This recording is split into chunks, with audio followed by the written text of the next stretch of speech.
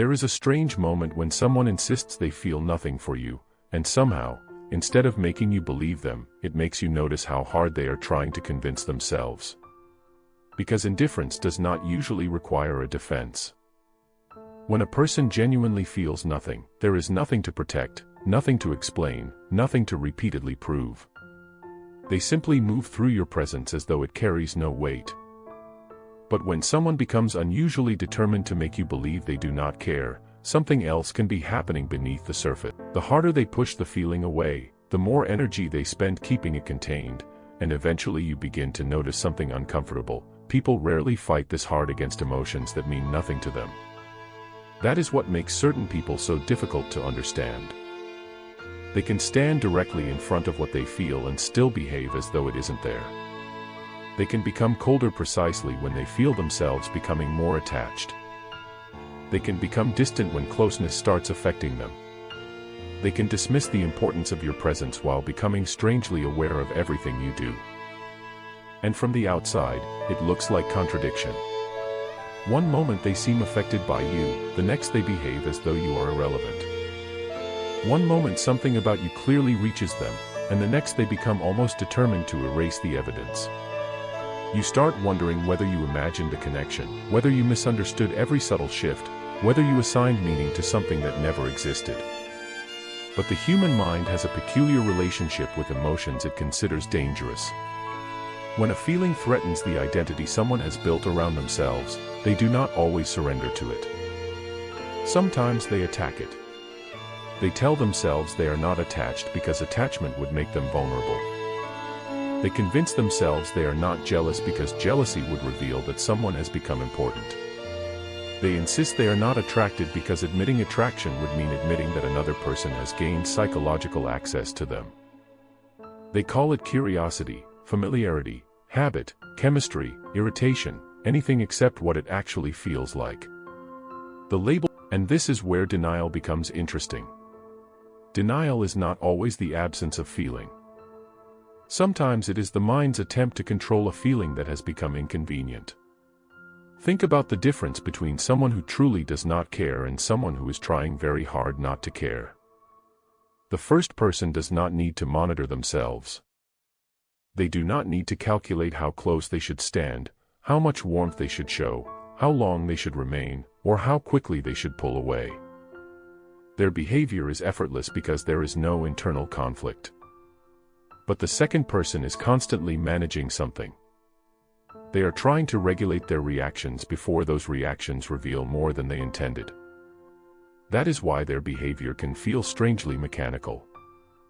They may deliberately become colder after moments of genuine warmth because they suddenly realize they have exposed too much. They may retreat after feeling unusually close because intimacy has crossed a psychological boundary they were determined to maintain.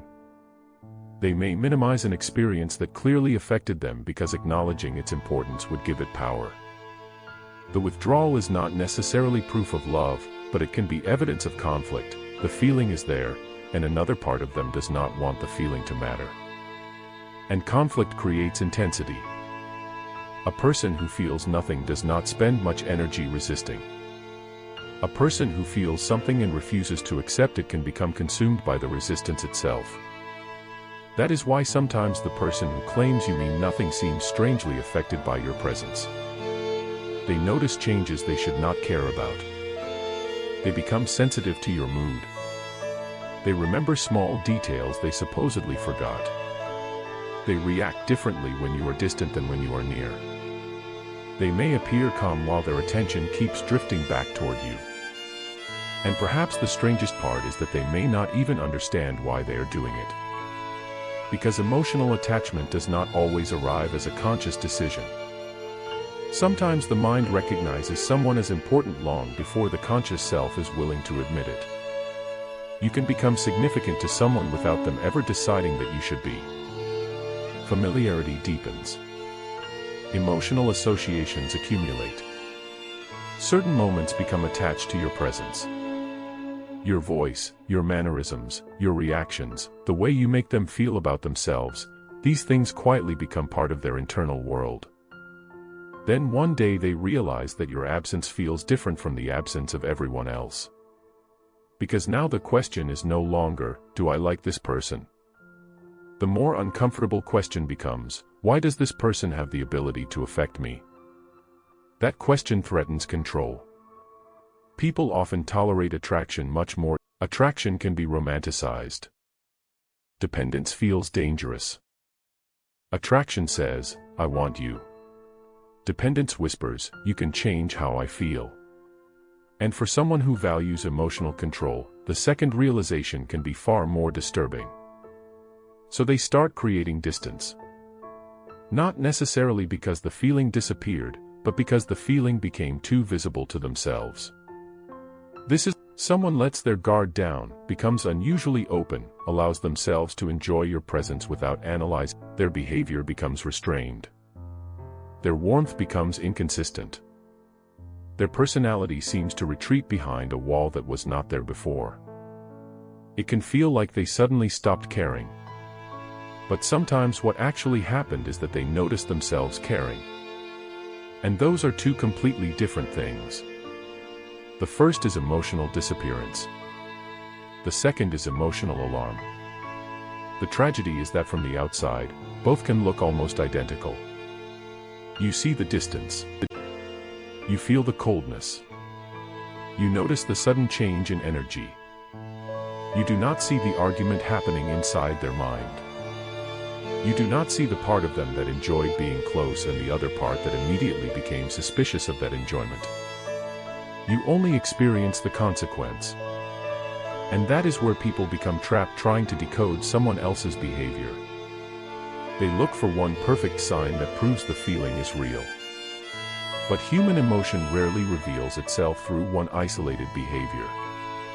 It reveals itself through contradiction, repetition, disproportion, and the strange amount of psychological energy someone spends trying to maintain a position that supposedly requires no effort.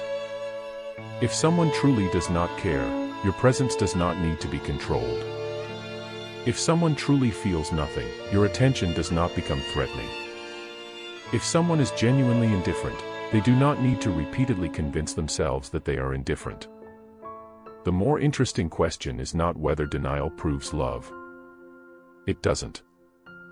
The deeper question is why the person needs the denial at all. Because sometimes the denial is protecting them from you. But sometimes it is protecting them from themselves. There are people who would rather lose a connection than admit that it mattered. They would rather become distant than risk becoming emotionally dependent. They would rather appear unaffected than discover that another person has become capable of hurting them. For them, emotional control becomes more important than emotional honesty. And this creates one of the most painful patterns in human relationships. Someone can feel deeply and still behave as though they feel nothing. Not because the feeling is fake. Because admitting it would force them to confront everything that comes with it. Vulnerability. Uncertainty. The possibility of rejection. The possibility of needing someone. The possibility that the person they have been trying not to care about has become capable of affecting their peace. And once someone realizes that, they may start fighting the very thing they secretly want. They become colder when they want closeness. They become dismissive when they feel vulnerable. They become distant when they are afraid of becoming attached. They tell themselves they are protecting their independence, when underneath that independence is the fear that they have already given someone a place inside them that cannot simply be removed. But there is another side to this that makes the entire thing even more unsettling. Sometimes denial becomes stronger precisely because the feeling becomes stronger. At first, they can tolerate it. They can tell themselves it is temporary. They can call it attraction, curiosity, chemistry, nothing serious. But as emotional significance grows, those explanations become harder to maintain. So the denial becomes more aggressive. They begin insisting that it means nothing. They may even convince other people of it. They may act almost offended by the suggestion that they care. And yet, beneath all that certainty, there is an uncomfortable fact they cannot completely erase. They are reacting. Because the opposite of love is not always hate. Sometimes it is irrelevance. And someone who is truly irrelevant does not require this much emotional management. That does not mean every distant person secretly loves you. It does not mean every rejection is hidden desire. Sometimes people simply do not feel what you hope they feel. Sometimes distance really is distance. Sometimes coldness means exactly what it appears to mean. But when denial is accompanied by unusual emotional reactions, repeated contradictions, visible discomfort around vulnerability, and a persistent inability to behave naturally around you, something more complicated may be happening. You may not be witnessing the absence of emotion. You may be witnessing the struggle against it. And perhaps that is why certain connections never feel clean. Nothing is openly admitted. Nothing is clearly defined.